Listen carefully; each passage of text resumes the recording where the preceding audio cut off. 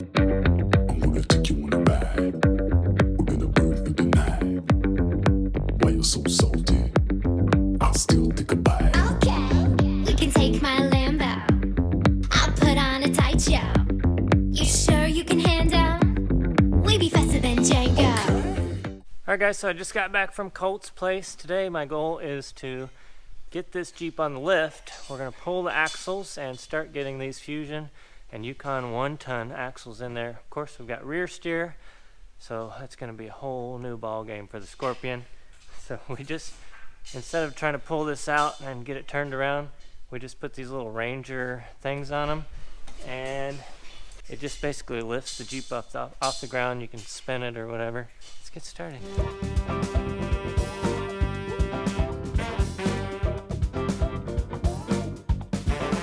One of the cool things about the Scorpion is that I can just lift it right off of the rocker rails there. I don't have to go to the frame, and that's nice because the links are kind of all up in here and it would be in the way.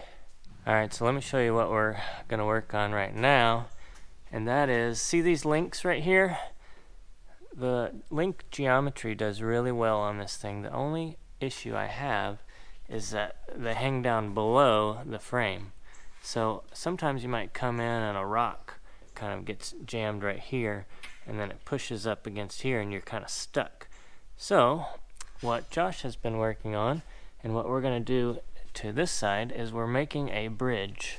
So let me come around here to show you. This bridge makes sort of a ramp. So now if you go over a rock and it kind of shoves up in here, at least it will have a ramp to get off of the link bracket right here instead of just getting jammed up in the top. Now it loses a little bit of ground clearance, probably about an inch right here, but otherwise I think it's going to be much better, and you only lose that ground clearance on the edges. So right here and here, you can still get a rock up in the belly, but if you get one here, it's not going to catch on that bracket. So right now, we're going to bend and weld the metal for this side.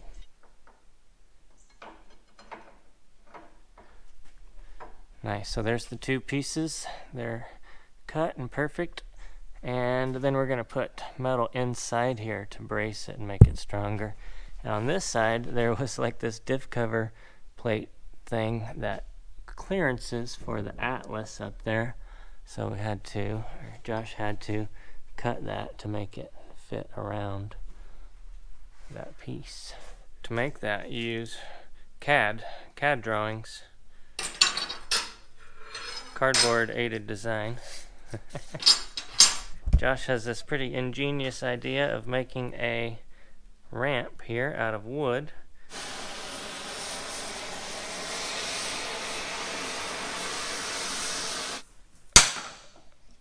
Oh man, that bends easy.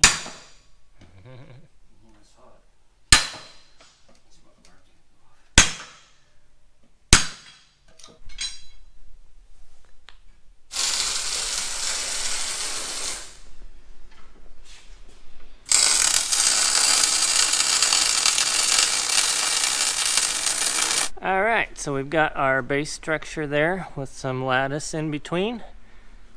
And then we're going to skin that with a 1/4 inch plate that we bent.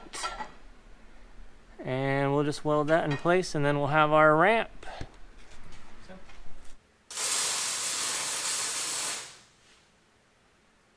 Alright, so I'm not a professional welder, but the best way I've found to get pretty welds is to have a place to rest, because you want to be super steady as you're welding.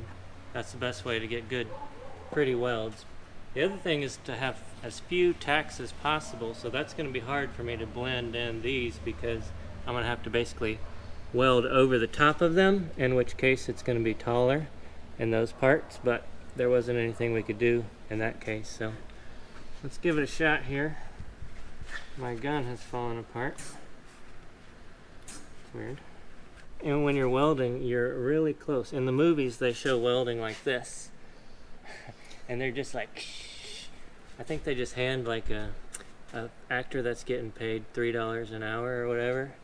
this and with a bunch of protective gear, and they say make big sparks, but that's not how you do it. When you're really welding, you're way up here, right in close to your welder.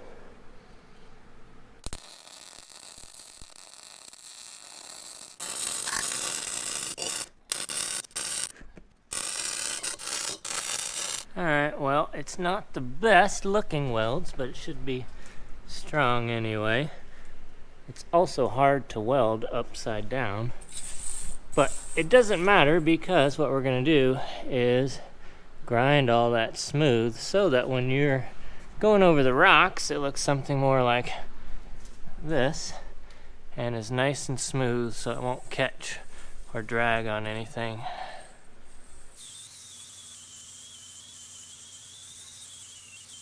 Now we've got two beautiful arches just like McDonald's. So the next step, we're going to pull the front axle off, and then we've got to measure it and do bracketry. Let's see, that's the rear axle. Where's the front axle? Where did you go, front axle? There it is. We've got to add all of the bracketry to this axle, and we need to get the barn's truss, and we need to get all the steering set up for it. So it's going to be going right there, looking much different because that ram is going to sit on that barn's ram mount, which kind of sticks out like this, and then the ram, instead of being this way, it'll be up in this direction. And then instead of this, we'll have some sort of mount there so I can have a suck down winch, and yeah, it's going to be pretty cool. Lots to figure out, lots to figure out. Your refrigerator was too cold and it froze the Dr. Pepper in the back wall. And I saw that and I touched it and it exploded. And now I'm covered in frozen Dr. Pepper.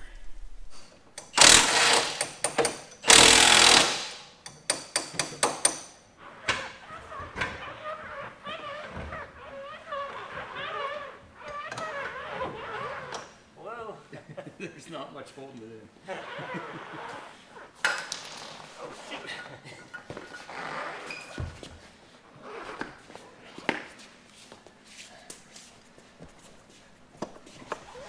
I think that was the fastest axle pull in the world right there. I'm getting ready to say that. That was pretty easy. We got that out in like 5 minutes.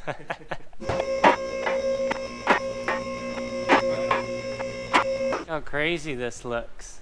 Can you imagine how much flex I would have if the shocks were that long? Man, that would be a lot of flex, wouldn't it?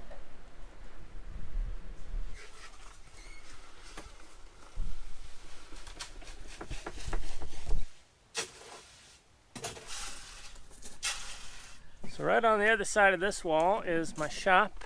We have electrical coming through for the HVAC. There's 2 mini splits out here, but we needed a pad for the air compressor, so that's what we're doing right now. Walker is coming tomorrow and is going to wire this thing, so we wanted to kind of get this situated so that we know where it's going to be. Probably won't be dry yet, but maybe we'll just stick it in the concrete and concrete it down.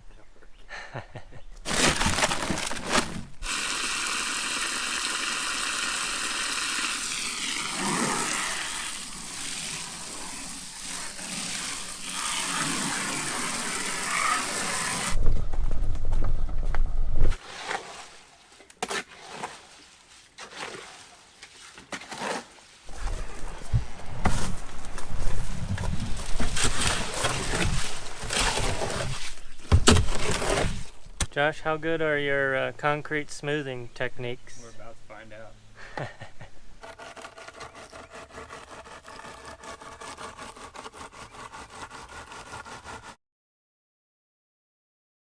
Guys, I did what I said I wasn't going to do, and that's start working in the shop when it's not complete. And look at it now, it's a complete disaster.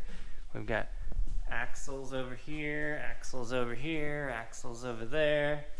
Here's what Josh and I have been doing. We put the axle under there, and it's very important that you set everything up straight. So what I like to do is put plumb bobs left and right. We marked right here where those plumb bobs need to go on both sides.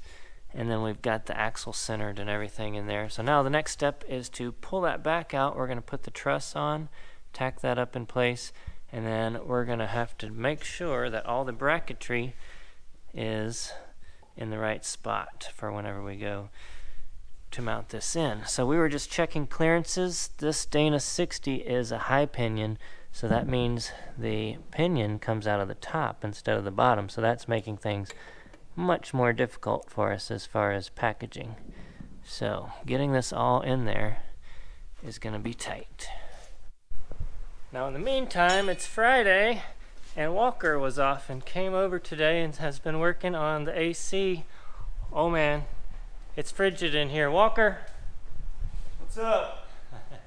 tell us about this. Your frigid garage now? We got 2 mini splits, 2 tons each.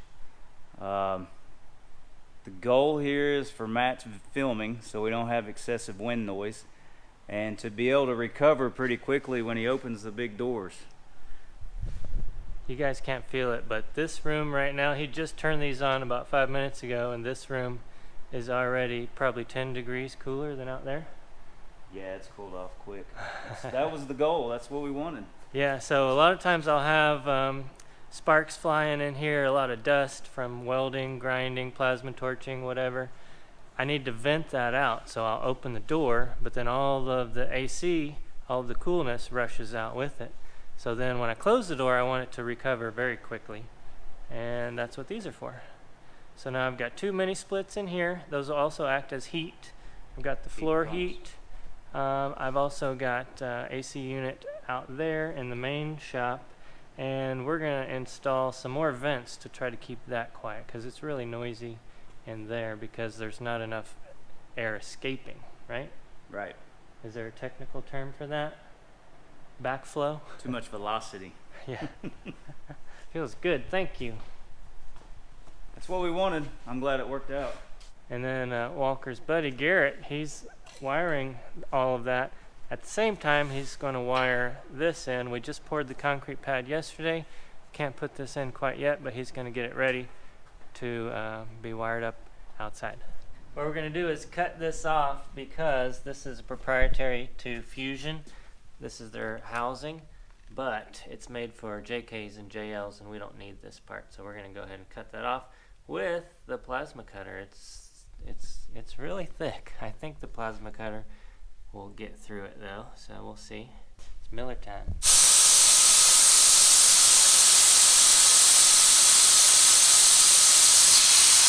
I don't think it's working. It's only supposed to cut 1/2 inch, and that's about 1 1/4 inches.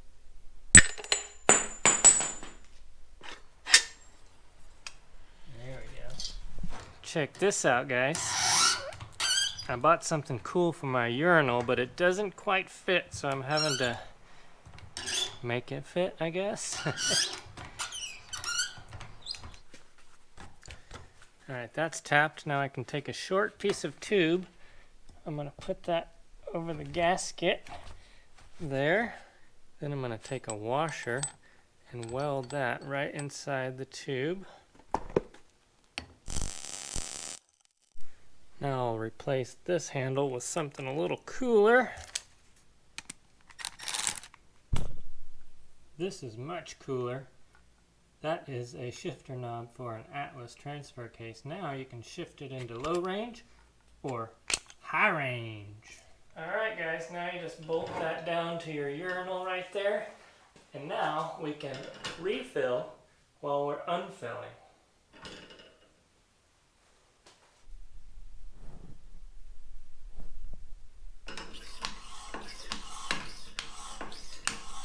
So the only thing I'm missing is a cool tap handle. If you've got a neat one for sale, let me know. Something that would look cool in our man cave bathroom here. This is what it looks like.